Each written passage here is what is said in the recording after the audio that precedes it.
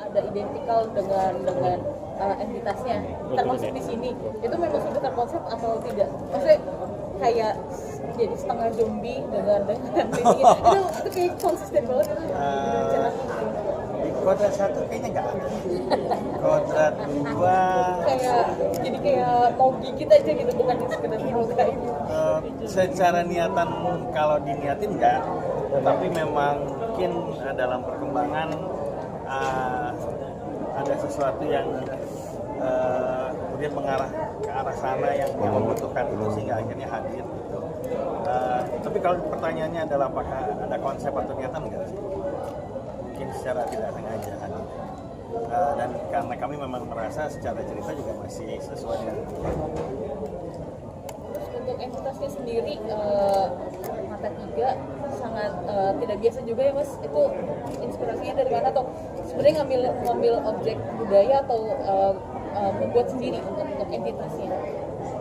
Kita mencoba bergabung, berdiskusi, dan karena cerita ini bukan dari thread, bukan dari cerita apa-apa, sehingga kita mencoba kemudian menghadirkan sosok yang kemudian meminta janin di sini kan menawarkan kemewahan, luxury hidup gitu ya, sehingga kemudian bahwa ketamakan, jumlah yang berganda gitu, dengan banyak hal itu menjadi salah satu ciri yang kemudian tampil. Makanya pilihannya dia kembar, lalu kemudian dia berproses dengan memakan janin kemudian menjadi muda gitu. Hal-hal itu merupakan simbol-simbol yang sebetulnya banyak kami coba cari, pikirkan, dan sebetulnya mungkin juga mengandung pesan-pesan dari teman-teman wahana kreator yang memang punya banyak kritik sosial dalam menyampaikan banyak cerita. Simbol-simbol kenapa Bakar meninggal. Posisinya waktu itu diajak sama Celinda dan Pak Charles ya untuk bergabung di saat udah selesai prosesnya dan lagi proses editing. Terus aku nonton bukan editing yang udah jadi ya, belum jadi aja aku udah ngerasa film ini tuh bener-bener aku banget gitu. Tipe film horor yang gak cuma nakut-nakutin, tapi ada banyak isu yang diangkat dan itu sesuai sama visi sinema juga. Kalau bikin film kita pengen mengangkat isu-isu yang penting karena kita yakin film itu media yang sangat efisien untuk kita bisa menyampaikan pesan ke penonton, dan hopefully penonton bisa banyak yang menyatu dengan cerita ini, banyak yang merasa dekat. Dan akhirnya bilang sama Cilinda dan Pak Charles, malah aku berterima kasih banget karena Cilinda aku udah mulai bergabung di proyek ini gitu. Jadi kita banyak belajar banget bagaimana memproduksi film horor yang unsurnya tuh lengkap, bukannya cuma serem doang yang dijual, tapi juga isu penting, komedinya juga ada, pesan-pesan tersirat yang itu bisa menjadi bahan refleksi untuk kita setelah nonton gitu ya. Karena menurut aku horor ini kan genre-nya masif banget. Orang Indonesia tuh suka nonton film horor, terbukti dari angka penontonnya kan. Nah berarti kan kalau kita mau ngasih tahu penonton sesuatu, genre horor ini efektif banget gitu. Jadi senang banget bisa bergabung, dan bagaimana keterlibatannya kita pasti berdiskusi soal gimana kita mau memperlihatkan film ini dari segi editing, terus juga distribusinya, dan juga pasti marketingnya, bagaimana kita pengen ngajak penonton khususnya anak muda untuk nonton dan melihat film ini sebagai film yang memang layak untuk ditonton. Udah selesai ya? Hai, jadi aku mau tanya dong, tadi Mas Denny kan jadi dokter ya, dan itu nyilet-nyilet udah nomor seorang perempuan hamil. Itu gimana sih latihan Mas? Nyilet itu, nyilet sebenarnya sih nggak latihan, cuma ngelihat aja apa namanya, mudah-mudahan itu cara megangnya, scaffoldnya seperti apa, cara megangnya. Jadi bukan kayak megang pisau kan, itu kan memang harus ke arah, harus lembut, memang harus menggunakan lembut. Jadi harus lurus, dari itu bagian dari semuanya. Terima kasih ya. Saya dapetin senyum psycho Mas yang tadi. Itu sangat-sangat membekas sih tadi pas aku nonton. Iya ya. Oke. Hati-hati aja kalau punya bayi aja. Pakai buku. Mana ya? Itu ya. Saja ya. Oke, udah dapat. Oke. 1, 2, 3, action. Oh my god. Aku merinding banget. Oke. Thank you, Mas. Sama-sama. Terima kasih.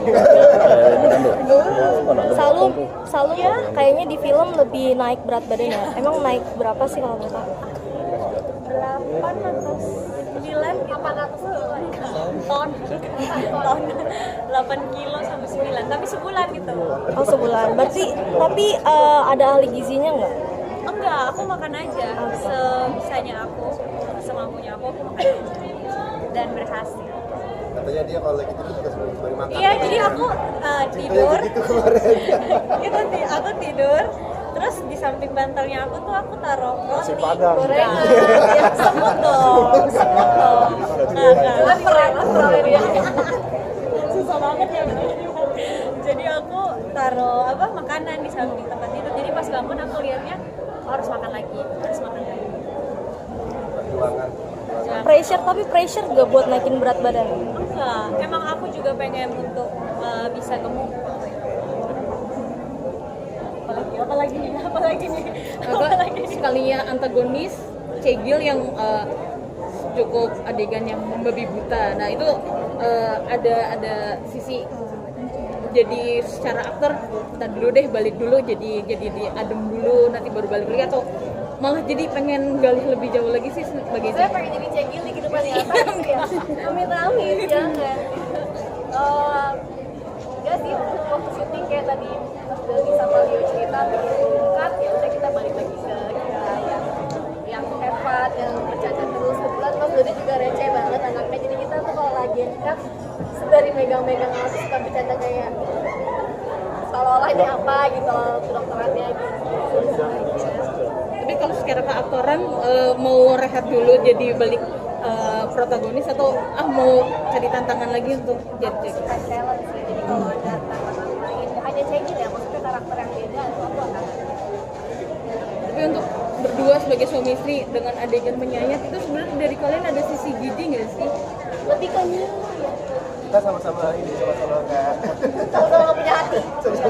enggak emang sebenarnya kita ini lah pasti.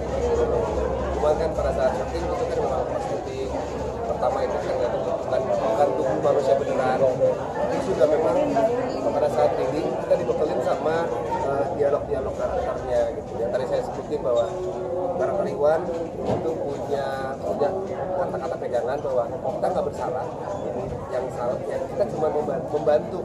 Kalian yang datang ke kita hanya membantu. Itu sebenarnya sangat membantu kita untuk bisa membenarkan apapun yang kita kerjakan pada saat kita berjalan. Ya, kalau aku mungkin ya apa gitu.